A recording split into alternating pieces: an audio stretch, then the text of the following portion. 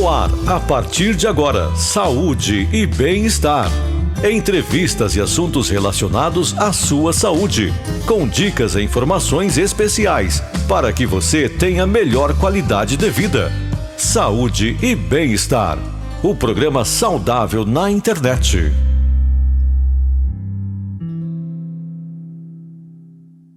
Muito boa noite, estamos chegando com o nosso programa Saúde e Bem-Estar desta sexta-feira. Hoje é dia 5 de junho de 2020. Claro, este encontro marcado de toda sexta-feira para a gente possa trazer aqui assuntos importantes relacionados à saúde e também, claro, o bem-estar. E com toda certeza, nesse momento em que estamos reapresentando programas especiais, você terá a oportunidade hoje de rever mais um programa fantástico que nós colocamos no ar aqui no ano passado. Quero já agradecer a você que nos acompanha pelo nosso canal no Facebook. Já aproveita para curtir, compartilhar com seus amigos, enfim, ajudar com que as nossas informações cheguem a mais pessoas em todo o mundo. Para você que nos acompanha pela nossa plataforma, no nosso canal no YouTube, já aproveita para deixar aí o seu like, ativar o sininho de notificações, assim você recebe a mensagem toda vez que nós começarmos o programa e acompanha aqui com a gente com toda certeza. Te convido a se inscrever em nosso canal, assim você tem acesso à playlist completa com todos os programas que já foram ao ar, pode rever quantas vezes quiser, pausar, enfim, assistir na hora que você quiser e compartilhar com seus amigos. Então, está aí à sua disposição em nosso canal no YouTube para você conferir. E hoje nosso programa vem para falar de estética. Nós vamos trazer as informações dos cuidados, com a nossa pele de uma maneira geral, os cuidados de estética não só pela beleza, mas também relacionados à área de saúde. E para isso nós recebemos e falamos aqui, estive ao lado do Oswaldo Duarte, conversando com a Adriana Dias, ela que é uma biomédica, especializada nesse assunto, e também com a Ianca, esteticista, que nos abordaram e nos falaram a respeito desses cuidados que devemos ter com a nossa pele. Esse programa é especial, então, portanto, você revê a partir de agora aqui no nosso programa Saúde e Bem-Estar. A gente começa falando com a Adriana, porque quando a gente fala de biomédica, biomedicina, muitas pessoas confundem, não sabem caracterizar corretamente esse profissional. O que é biomedicina e o que o biomédico basicamente cuida dentro da sua área de atuação? Muita gente confunde, né? A biomedicina é quase um médico, o que faz? O biomédico, ele é um profissional que na sua formação ele tem conhecimentos biológicos e conhecimentos médicos. Tanto é que quando surgiu o curso de biomedicina, ele foi um curso criado para profissionais que dessem aula para o curso de medicina, porque os formados em medicina não queriam lecionar. Então surgiu a biomedicina. Mas aí foi evoluindo e a biomedicina ganhou muita área na análises clínicas, que é a parte laboratorial de exames laboratoriais. Mas a gente não é quase um médico, não emite laudo, não dá diagnóstico clínico, a gente fica só com a parte de diagnóstico laboratorial mesmo. Uma vez o profissional formado, quais são as áreas que um biomédico pode atuar? O biomédico ele possui 35 áreas de atuação. Como eu mencionei, eu acredito que a análises clínicas seja a área mais forte dele, que é a parte de laboratório, que entra a parte de hematologia, que é a análise sanguínea, a parte de bioquímica, a parte parasitológica, que a gente faz diagnóstico de parasitoses através de exames de fezes e de urina. Também tem a parte de diagnóstico por imagem, que é a parte de exames de ressonância magnética, de cintilografia, de tomografia, que é uma área bastante promissora para o biomédico. O biomédico pode também fazer a parte de exames que é chamada de bromatologia, que a gente faz análise de alimentos, para ver teor de vitamina, teor de proteína, contaminação em alguns alimentos. Então também é uma área do biomédico. Tem a parte de perícia criminal, que é uma área muito rentável para o biomédico, bastante concorrida hoje. A parte de infectologia, que a gente trabalha aí ajudando na formulação de vacinas. Mas o que precisa ficar claro é que, assim, apesar de terem essas 35 áreas de atuação, o biomédico ele precisa, para estar habilitado, ou ele fez um estágio de mais de 500 horas para sair habilitado, ou uma pós-graduação. Eu, no caso, sou biomédica patologista clínica e analista ambiental. Então, eu entrei numa pós-graduação de estética para ter uma terceira habilitação, mas eu não tenho, assim, as 35 habilitações por ser biomédica. Mas não deixa de ser um campo bastante amplo, até por essas questões que você colocou, e dá exatamente para o profissional que se ingressar nessa carreira ter a possibilidade de fazer uma escolha dentro daquilo que ele se encaixe melhor. Né? E dentro do curso tem várias matérias que te mostram um pouquinho de cada habilitação dessa. Então, às vezes você entra pensando em uma coisa e sai assim. Eu mesmo não entrei na faculdade pensando em estética, e depois saí e fui buscar me especializar nessa outra habilitação que me despertou interesse. Bacana, então. Ô Ianca, a gente vai falar um pouquinho sobre esse profissional que trabalha com estética, um esteticista, por exemplo. Mais especificamente, dentro da sua área de atuação, o profissional em estética oferece que tipo de serviço? O esteticista, ele fornece tratamento para diversas disfunções. Então, o que vai variar um pouquinho? É qual a disfunção a gente vai tratar. Porque, por exemplo, eu tenho recursos manuais, como massagens, e eu tenho recursos elétricos também, que são os aparelhos. Correto. Então, é bem amplo. O que vai variar é justamente a disfunção. Por exemplo, se for uma gordura localizada, eu tenho um tratamento com aparelhos, recursos manuais. Se for no caso de uma acne, por exemplo, daí já vai ser um tratamento bem diferente. Eu vou precisar entrar com uso de ácidos, extração dos cravinhos. Então é bem variado. Você tocou no assunto aí, por exemplo, acne, espinhas, como é mais conhecido popularmente, são muito comuns, sobretudo na adolescência. Para você desenvolver esse trabalho que você faz, precisa passar, no caso, pela biomédica para que você desenvolva isso, ela que te dá a orientação, ou você, dentro da sua área, é capaz de dizer qual é a melhor alternativa de tratamento nesse caso? Na verdade, não, porque o biomédico em si, ele não tem muito, digamos, conhecimento dessa área de disfunção como a acne. Então, seria mais, se fosse necessário passar por um outro profissional, seria, por exemplo, um dermatologista. Porém, a gente é capaz de iniciar um tratamento ali. Caso seja um quadro mais grave, aquelas acnes que a gente fala que surgem nódulos e cistos, que são aquelas bem inflamadas mesmo, aí foge do nosso alcance e a gente precisa orientar o paciente a buscar um médico. Mas, no início, se for uma acne mais leve, a gente consegue sim tratar sem nenhuma outra ajuda. Ianca, e aí eu pergunto quais são os benefícios, né, da estética para as pessoas que fazem uso desse serviço? Os benefícios, eu digo que assim, na estética a gente consegue tratar justamente aquilo que incomoda. Por exemplo, gordura localizada.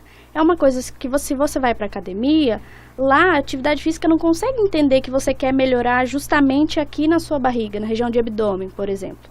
Então a gente consegue focar naquilo ali. Mas vai muito além disso, porque com a melhora de uma disfunção, algo que incomoda, a gente consegue melhorar a autoestima, a saúde e bem-estar de uma pessoa, né? Então é bem mais... Dentro desse assunto que você falou, por exemplo, de uma gordura localizada, para se tratar na estética, ela é com medicamento, é com exercício? Como que é a forma, por exemplo, de tratamento para isso aí? O esteticista, ele trabalha com aparelhos e massagens. E aí a gente complementa, porque a gente diz que sozinho a gente não consegue o resultado. Nem se você fizer só uma alimentação saudável, nem se você fizer só uma atividade física, precisa do complemento dessas três coisas. Porque senão o resultado vai ter resultado, mas não vai ser tão satisfatório como a gente espera. Muito bem. Ô Adriana, você já exemplificou aqui alguns pontos de atuação da biomédica, né? Mas até agora, ouvindo a Ianca também falar, e acho interessante até porque vocês trabalham inclusive no mesmo instituto, que uma coisa parece estar ligada à outra. O que dá para diferenciar entre a biomédica, a profissional biomédica, da esteticista propriamente dita? Como a Ianca mencionou, nós biomédicos a gente não tem muita habilidade nos recursos manuais, como as massagens, a limpeza de pele. O nosso estudo não é voltado para isso. Então a gente fica mais com a parte dos procedimentos invasivos que nós chamamos, que são aplicações, aplicação de carboxiterapia, que é quando nós aplicamos um gás carbônico que ele vai agir. A gente pode prepará-lo para agir para gordura localizada, para celulite, para flacidez, para estrias. Temos também a toxina botulínica, que está muito em alta, que é uma aplicação que é permitida para o biomédico.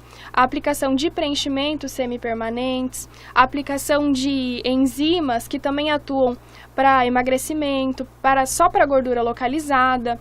Que aí entra no que a Ianca falou, porque às vezes a pessoa precisa de uma massagem, de um aparelho, da academia, mas isso não está sendo suficiente, ou ela quer um resultado mais rápido. Então nós entramos com essa aplicação de substâncias que aceleram o metabolismo, que inibem o apetite, que vai agir na célula de gordura. Então o biomédico, eu digo que ele fica mais com essa parte de aplicações mesmo. E aí, na área da estética, qual que seria a função do profissional em biomedicina? Ele atua nessas aplicações. Principalmente eu digo que na aplicação de toxina botulínica e de preenchimento. E aí o que a gente chama de intradermoterapia, que é a aplicação de enzimas que atuam no emagrecimento, Aí tem a aplicação de Skin Buster, que nós falamos, que são substâncias que vão estimular muito colágeno, que vão melhorar o aspecto da pele. Então, são profissões casadas, sabe? O biomédico precisa do esteticista, assim como ele precisa do biomédico. Sozinho é difícil a gente fazer um tratamento. Um precisa do outro para ter um melhor resultado para o paciente. E aí uma curiosidade, quando você está dentro de uma área de atuação, a gente percebe que, como o Paulinho falou, né, vamos ver se dá uma ajeitada na lata, a gente percebe que parece que o homem também está mais interessado, sim, né? Tem procurado mais essas clínicas, né? Não é só uma mulher, por exemplo, os homens também têm procurado, né?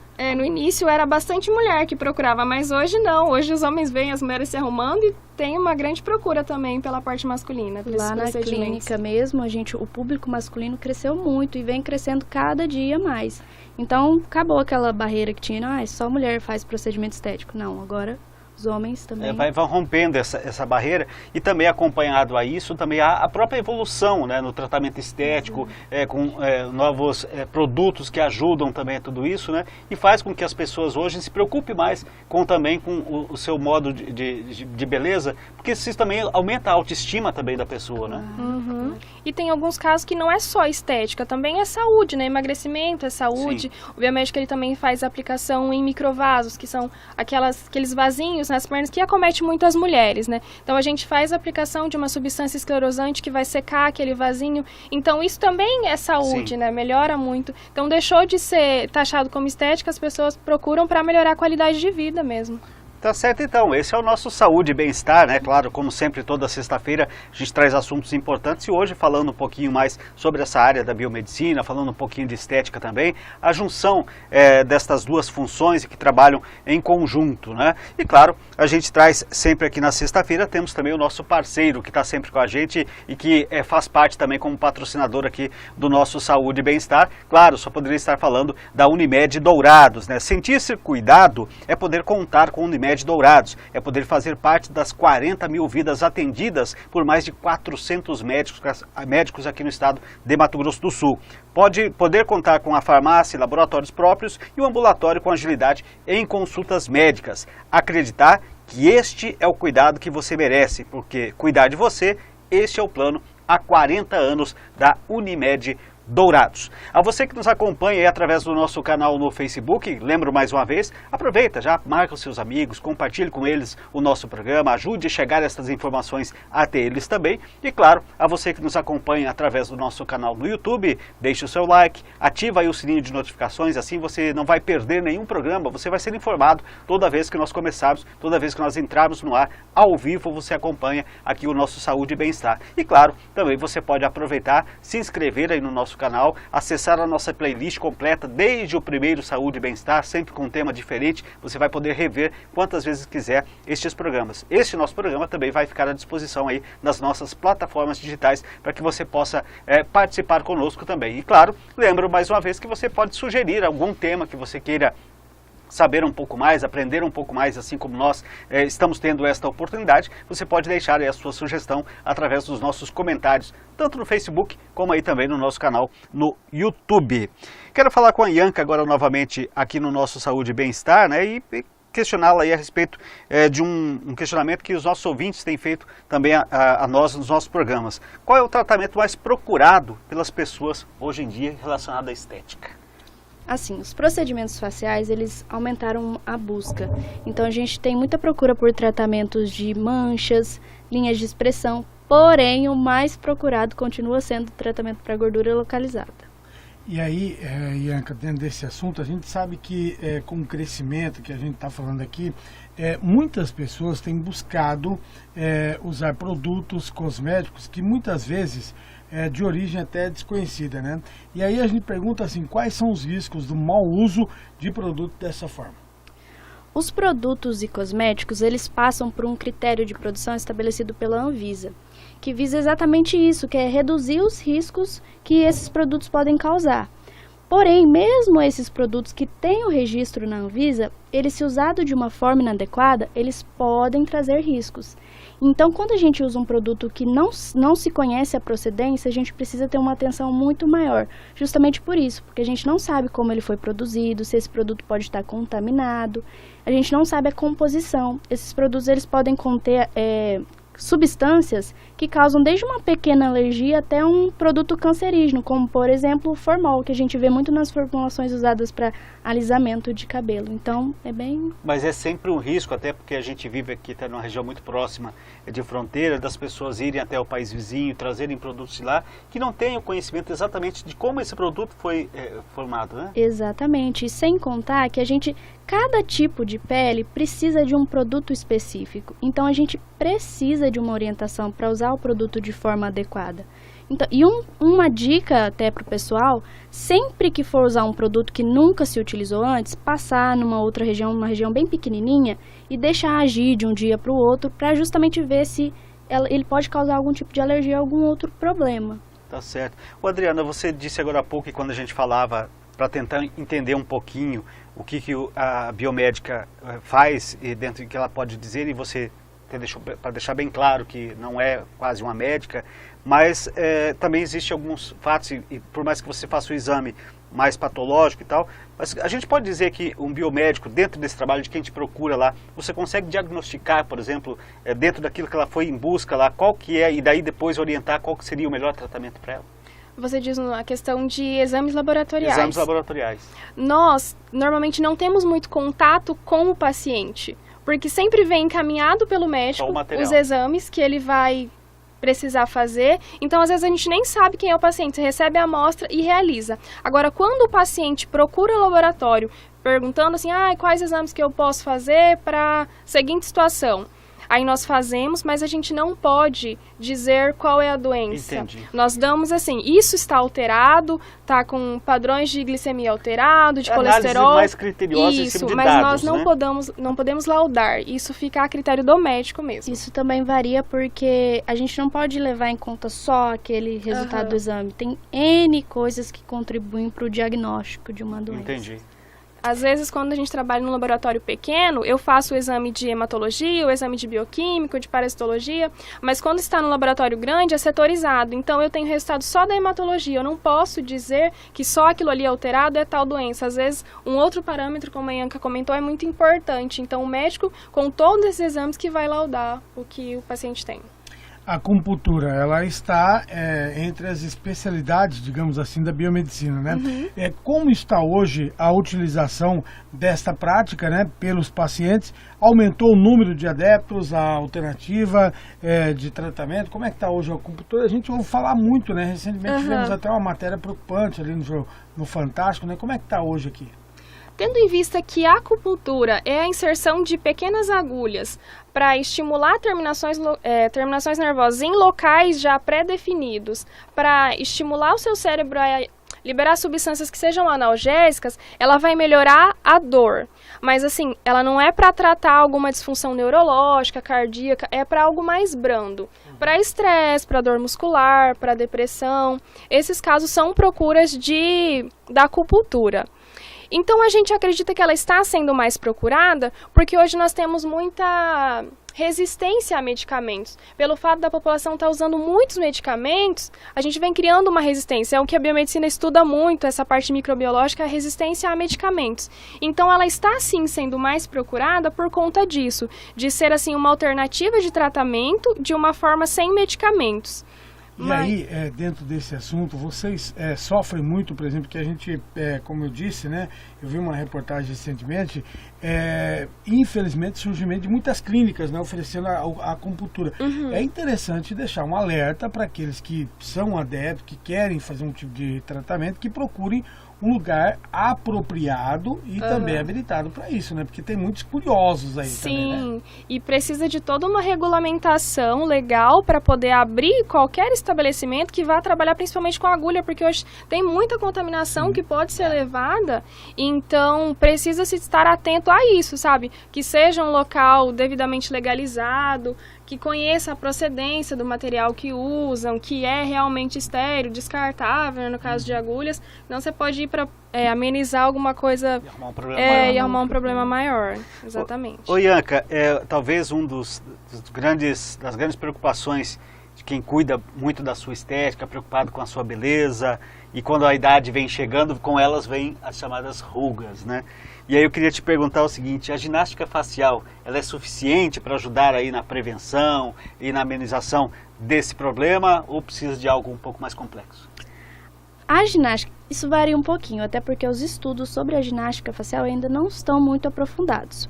Porém, se você leva em conta a fisiologia e o funcionamento de tudo, eu digo que a ginástica ela não é o melhor meio de prevenção. Porque apesar dela melhorar a circulação ali da região, né, que isso traz benefícios, porque o seu corpo, quando ele tem uma boa circulação, ele faz com que todos os seus organismos eles funcionem de uma maneira adequada. Porém, quando a gente fala de ginástica facial, a gente está relacionando com o músculo. Então, fortalecimento do músculo, tonificação muscular. Porém, as rugas, elas estão associadas à flacidez da pele, falta de elastina, colágeno. Então, a ginástica facial, ela não é o melhor meio de prevenção. Ainda os cremezinhos mais específicos que estimulam a produção de colágeno, eles são uma melhor alternativa, na minha opinião.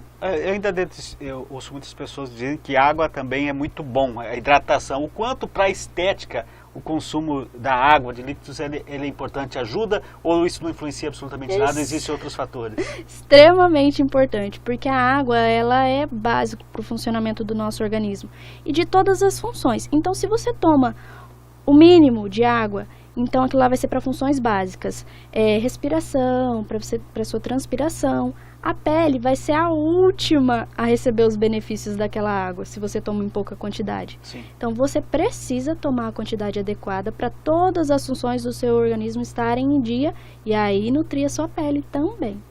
Todo mundo tem pavor dessa palavra, mas as mulheres ficam mais preocupadas ainda. A celulite, né? Dentro do que o Paulinho falou, existe uma forma de acabar com a celulite ou devemos ficar mesmo naquele trabalho mais preventivo, cuidadoso? Existe sim. Só que varia muito. Sempre que a gente trabalha com um procedimento estético, a gente visa melhorar 100%. Porém, o resultado ele tem diversas coisas que vão influenciar. O organismo vai variar de pessoa para pessoa, o resultado, e também a pessoa precisa contribuir, porque o tratamento estético ele vem para auxiliar. Porém, se você está fazendo um tratamento de celulite, mas você não tem uma alimentação adequada, não faz uma atividade física, você vai acabar anulando o seu tratamento. Então, em conjunto, você consegue sim resolver o problema. Porque, ao contrário do que as pessoas pensam, a celulite ela não está só relacionada ali à gordura, mas tem também celulites que são causadas pela má circulação. Sim. Então, precisa exatamente de um tratamento conjunto. E aí, depois que a gente trata, a gente tem que continuar prevenindo, porque não adianta você tratar e depois voltar com os velhos hábitos. Por falar nisso, em voltar com velhos hábitos, muitas pessoas que fazem o procedimento, principalmente estão acima do peso, fazem exercícios para perder peso e acabam fazendo o chamado efeito sanfona. Esse é o grande vilão, no caso, principalmente da celulite? Não, o efeito sanfona ele não está muito ligado com a celulite em si, porque a celulite ela está presente até em pessoas magras, justamente porque ela não é causada só pela gordura. Aí seria a estria, no caso, então, mais comum para quem tem esse efeito sanfona? Efeito sanfona. Eu mesma sou uma pessoa que eu tenho muito estria justamente por isso, porque apesar de ser um efeito sanfona que é pouco peso, diferença acho que de 3, 4 quilos, como minha pele não era muito hidratada, eu não tinha um hábito muito jovem, não tinha hábito de tomar muita água, de hidratar a pele. Então, quando ela estica e volta, mas ela não está preparada para isso, as suas fibras de colágeno elas se rompem e aí formam as estrias. Muito interessante, porque a grande maioria das pessoas tem essa preocupação e às vezes faz até relação de uma com a outra, a estria com celulite, mas geralmente não há essa ligação de uma com a outra, a não ser por esse fato que você disse, que é exatamente pela falta de cuidado propriamente dito. Exatamente. Muito bem, saúde e bem-estar, aqui o nosso programa de toda sexta-feira. Você que nos assiste, mais uma vez queremos agradecer, claro, você sempre está conosco. Toda sexta-feira a gente tem esse encontro marcado, onde a gente traz sempre aqui profissionais ligados a uma área de saúde, para que a gente possa conversar, trocar ideias e aprender um pouco mais com toda certeza. Claro, você que nos acompanha através do Facebook, né, a gente lembra sempre, mais uma vez, é importante você ajudar a divulgar o programa, fazer com que estas informações cheguem a outras pessoas. Certamente você conhece alguém que tem interesse nas informações que nós estamos colocando no ar, esta é a oportunidade que você tem de repassar esse programa a outras pessoas. A você que nos acompanha também pelo YouTube, lembro sempre, claro, é importante você deixar o seu like, é importante você se inscrever aí no nosso canal canal para você ser informado a cada vez que nós entrarmos no ar, toda sexta-feira, com toda certeza. E claro, importante você estar inscrito também no canal, que aí você vai ter acesso à nossa playlist completa, vai poder rever quantas vezes quiser aqui o nosso programa Saúde e Bem-Estar, que chega sempre para você toda sexta-feira. Agora, Adriana, dentro aí da área da embriologia e reprodução humana, qual é o papel do profissional em biomedicina, apesar de não ser a tua área de atuação? O biomédico embriologista, ele fica muito com a parte de reprodução humana. Apesar da gente não fazer a fertilização em si, que isso restringe-se ao médico, o biomédico ele pode fazer o preparo de sêmen para congelamento, de óvulos.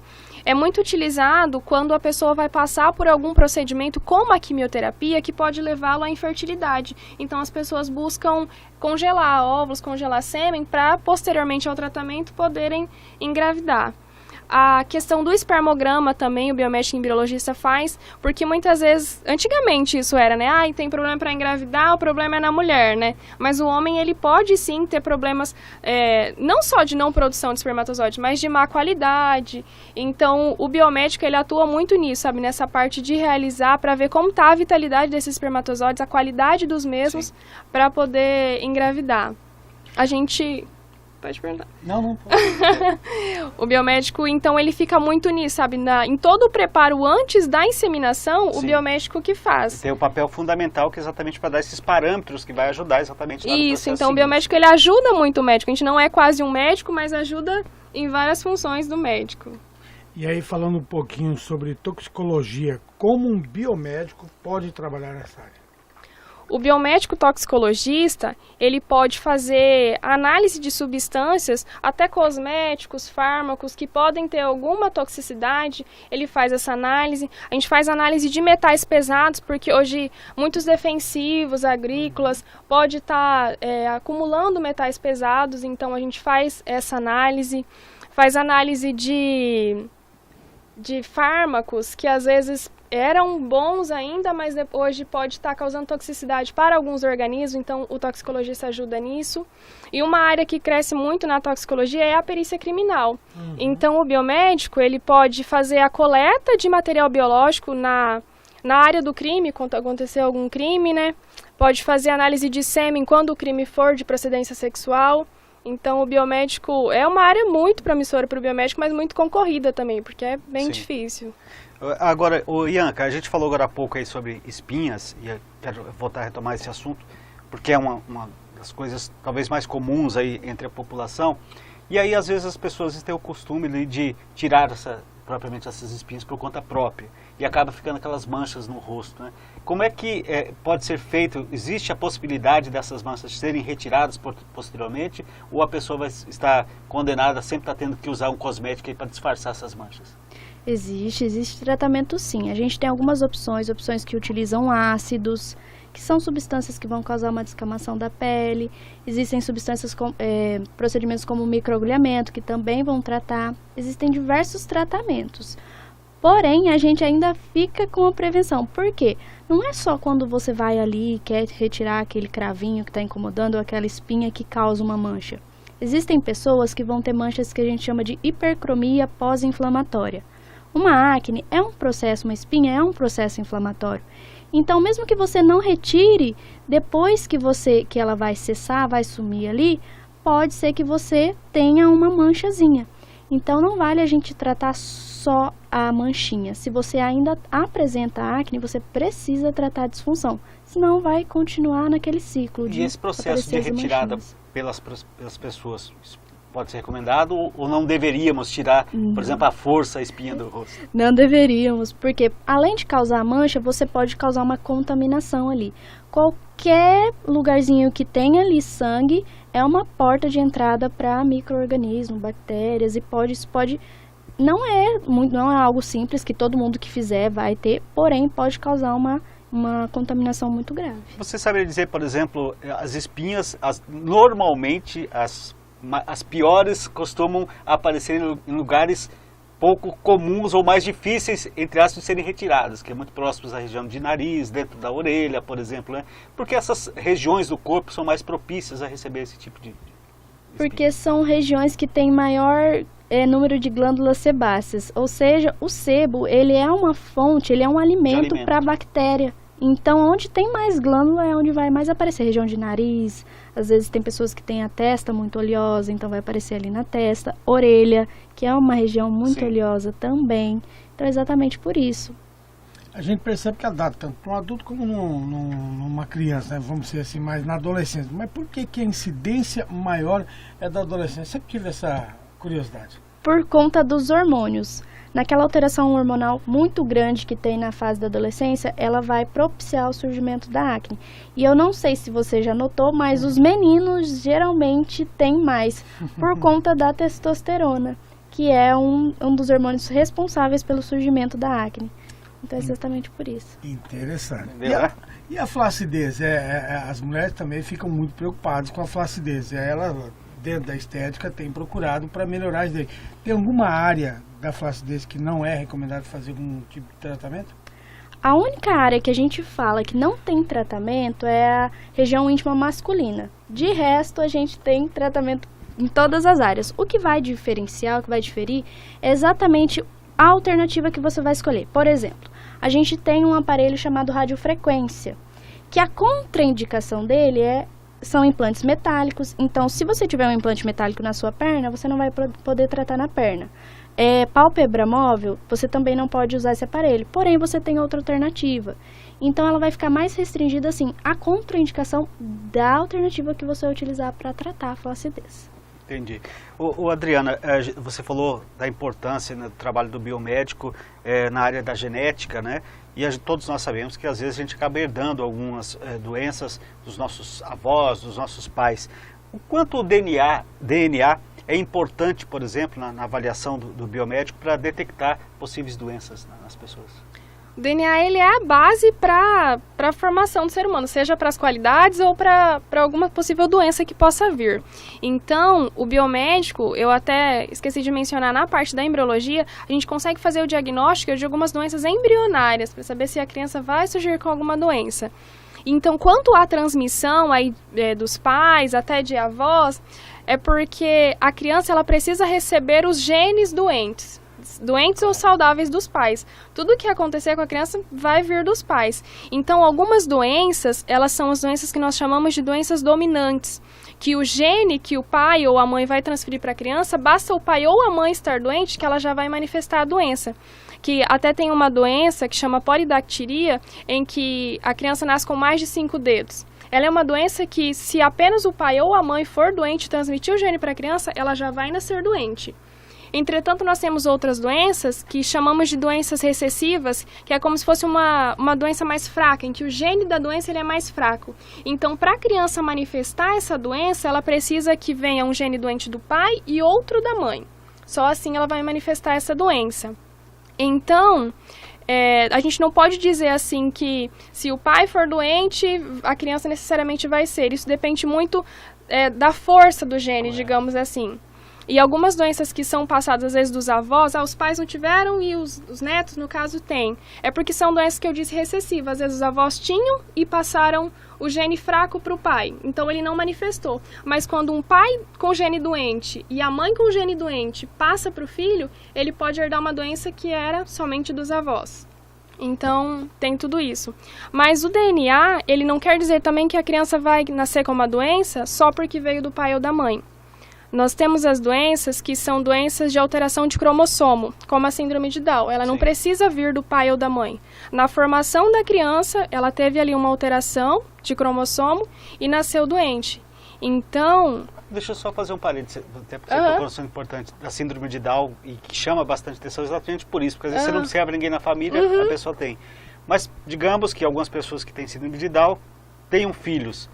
Os filhos também poderiam ter ou também segue a mesma lógica anterior? Não necessariamente, porque quando a criança está se formando, tem uma alteração no cromossomo 21, a síndrome de Down. Então, se essa criança ela pode ter uma chance maior de desenvolver a doença, mas se ela não tiver essa alteração na formação deste cromossomo, pode ser que ela não venha a nascer doente.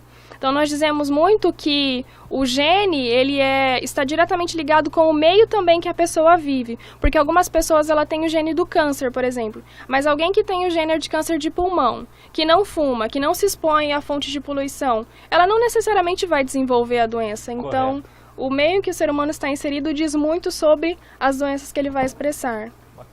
Você estava falando da área vasta, né, da atuação de um biomédico, da biomedicina, e a gente sabe também que se tem um papel relevante, né, na saúde pública, né? E uma das áreas aí de atuação são análises ambientais, a vigilância sanitária.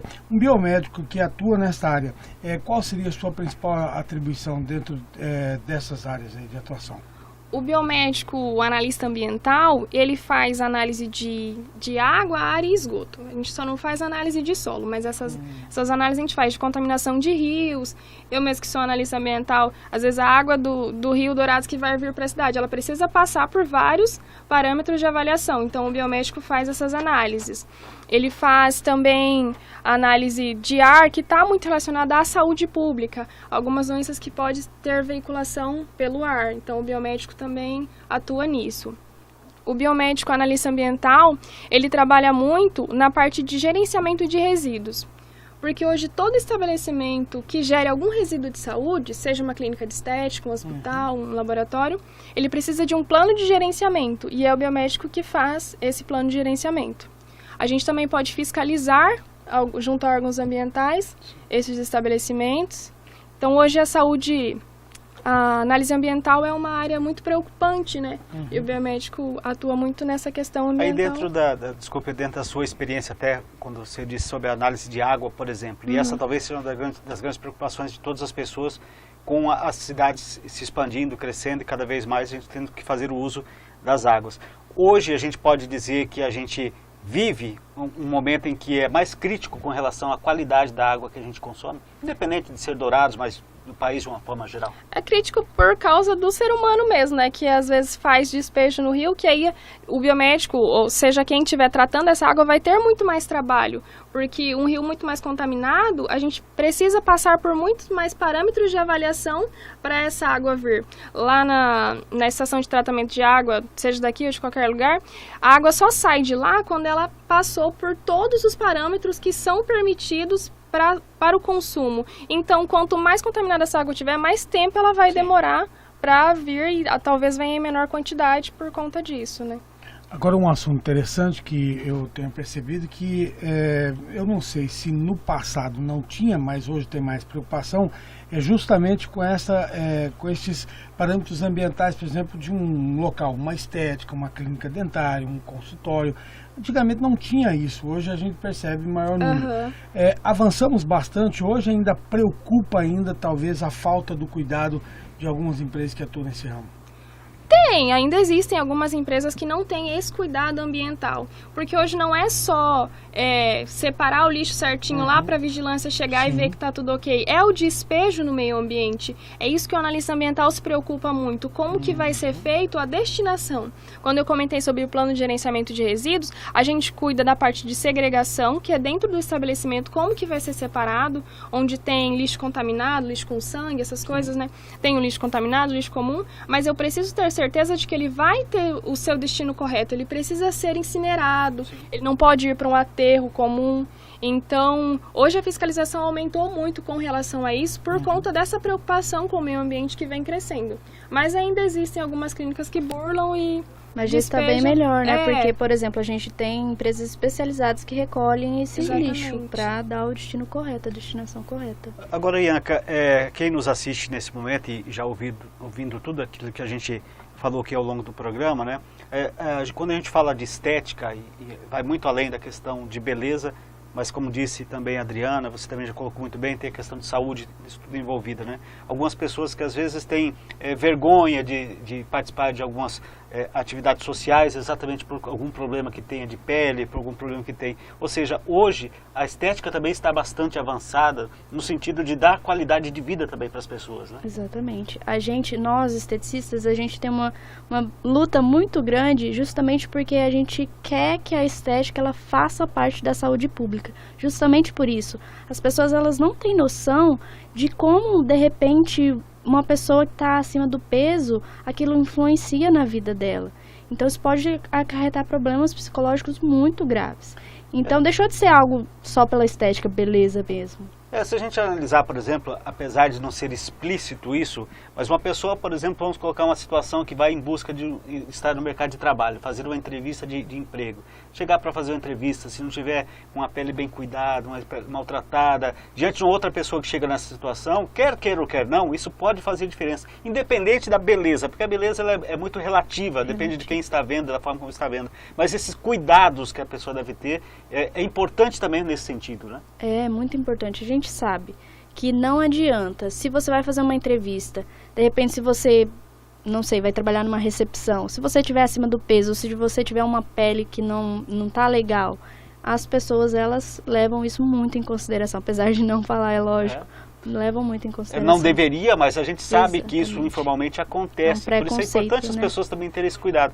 E mais importante que nunca, para que fique a mensagem final, né?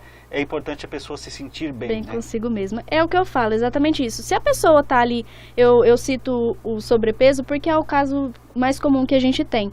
Mas se a pessoa tá sobrepeso, tem uma qualidade de vida legal, se alimenta bem, faz atividade física e ela tá bem consigo mesma, então o resto não importa, mas o que importa é justamente isso, você estar bem consigo mesmo. Que bacana, então. Gente, claro, a gente gostaria de ficar aqui, teríamos muito mais questionamentos a fazer aqui para a Adriana, também para a Ianca, mas claro, o nosso programa tem um tempo curto e claro, a gente já quer agradecer a todos vocês que estiveram conosco, nos acompanhando aqui ao vivo, mas quero agradecer primeiro a Adriana pela disponibilidade, nos atendeu prontamente quando fizemos o convite, desejar sucesso e estamos aqui sempre de portas abertas. Obrigada. Quando precisarem de qualquer informação, estou à disposição. Tá certo, Ianca, também obrigado pelos esclarecimentos aqui conosco. Tenho certeza que contribuiu muito para as pessoas que estão nos assistindo. Obrigada a vocês. Quando precisar, a gente está disponível. Tá aí, Oswaldinho, já pegamos umas dicas, né? Depois a gente vai pegar só o endereço lá do Instituto para que a gente possa dar uma melhoradinha, né, Oswaldinho? Obrigado pela participação. Com toda certeza. Orientamos e, como eu disse no começo, saímos daqui também com um pouquinho mais de bagagem para a gente saber se cuidar um pouquinho melhor. Tá certo, então. Nós vamos colocando um ponto final, então, no nosso Saúde e Bem-Estar desta sexta-feira. Agradeço mais uma vez a você que nos acompanhou através do nosso canal aí no Facebook. Pode compartilhar aí com seus amigos também, ajudar a divulgar o programa. A você que nos acompanhou através do nosso canal no YouTube, muito obrigado mais uma vez, sempre com a gente aqui. Já aproveita, deixa aí o seu like, ativa o sininho de notificações para você não perder os nossos programas toda sexta-feira. Aproveita também, já se inscreva aí no nosso canal. Você vai ter à disposição a playlist completa com todos os programas já colocados no ar aqui na Grande FM. E esse também, claro, a partir de agora fica aí à sua disposição. Se você perdeu aí alguma parte do programa, não tem problema, você vai poder rever quantas vezes quiser. Na próxima sexta-feira, se Deus quiser, temos um encontro marcado aqui a partir das 19 horas. Um grande abraço e até a próxima oportunidade.